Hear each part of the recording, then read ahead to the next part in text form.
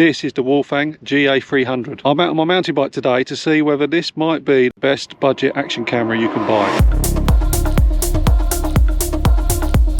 Now, regular viewers of my channel might remember me reviewing the GA100. I was not massively impressed with it. It was very cheap, but I thought you were kind of getting what you paid for. This one's a little bit more expensive. It's £120 on Amazon at the moment. So I'm expecting a better performance than this one. So I plan to take it out today, try it in different modes, different scenarios, different surfaces, different lights. But I've also brought my GoPro Hero 10 with me, so I can do some comparison. So before we get too far into it, just to be very clear, I was sent this camera for free.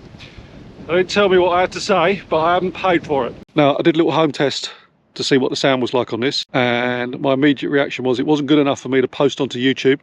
I will demonstrate that to you, but all the time when I'm talking to you, it's going to be on my GoPro. This is an audio test with the Wolfang. Perspex case is on, so I suspect you can hear virtually nothing at all. And this is an audio test with the GA300 without the Perspex case on, so the audio is a little bit better. So it's a nice bright day today, very windy, bit cold. It's going to be a good test for it. Now, when you get it out of the box, it comes with a huge array of accessories, pretty much everything you could want. Lots of different attachments and mounts that you can use. I personally am not using very many of them. I've already got a GoPro, so I have the mounts already. But this is compatible with all your GoPro mounts. And as you can see, I've got it here on my chest mount. This is a GoPro branded chest mount. It fits just fine. One of the most important attributes of any action camera is stabilization, particularly if you make cycling vlogs like myself. So I'm going to put the GoPro in my mouth, the Wolfang on my chest, and let's see how they both perform.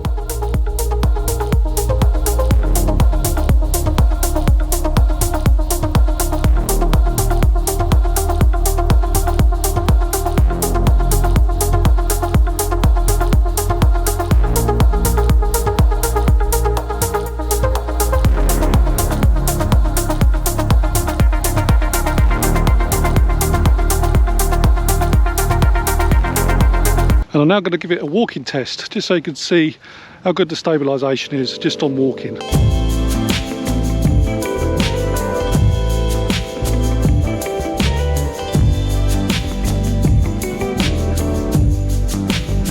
One thing I've noticed is it's quite hard to turn off this through the case. I pressed the button.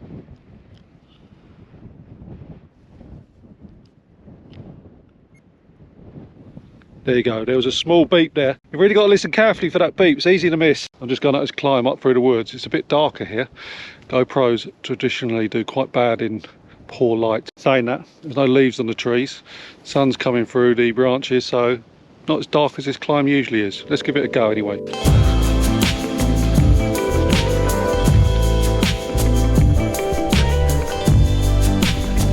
You're not always going to have your camera on a mount, so often when I'm riding, I'll just take the camera out so I can see everything that's around me, get some different angles, get some different shots. So I'm going to try that now with the Wolfang.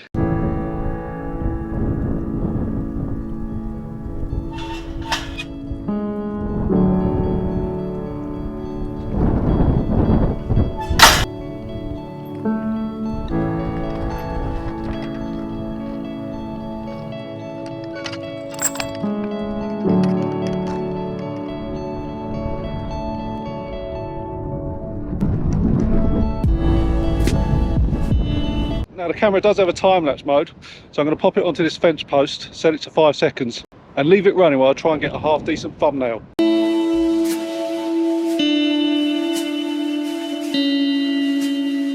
Now the camera does come with lots of resolution options, all the way up to 4K 60 frames per second, but I'm going to record it in the same resolution as my GoPro, 2.7K 60 frames per second.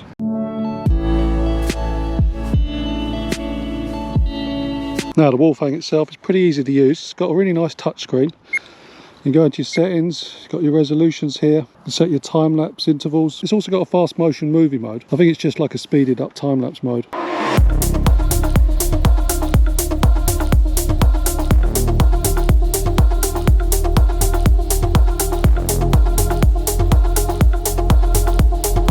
And you can set the intervals there. So there's lots of settings here, and it's pretty easy to use actually. The screen is decent. Now, I've tried lots of off-road surfaces which are obviously bumpy and more of a test for the stabilisation. Let's try a tarmac section. Should look a lot smoother.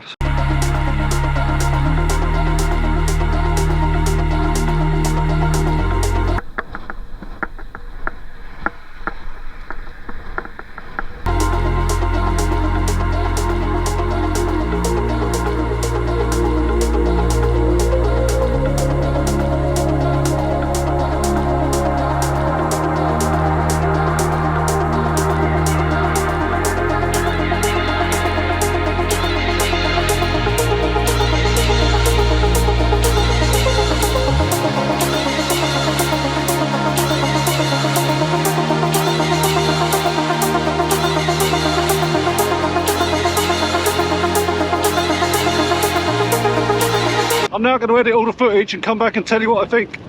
So I've edited down the footage of this camera. I think I'm in a position now to identify the pros and cons of it. The cons are definitely the audio, which is really poor, and the stabilisation, which is pretty poor, which would cause me a few problems if I was using it while cycling. It depends what you want to use the camera for. If you're not doing vlogs like I am, how important is the audio? On the con side, I'm really impressed with the picture quality. It surprised me how good it is, and I like all the modes it's got, and they work well. I suppose the question is this affordable action cam worth it? And I would have to say I think it is, but with the caveat, if you're going to do vlogs like me, you probably need something better audio. Be aware of that stabilisation. You'd probably have to use it more, putting it in static positions or using it on roads. So let me know your thoughts on budget action cameras. Do you think it's worth spending a bit less, or is it a false economy? Put your comments below, and thank you for watching. Please subscribe if you enjoyed this, and I will see you on the next one.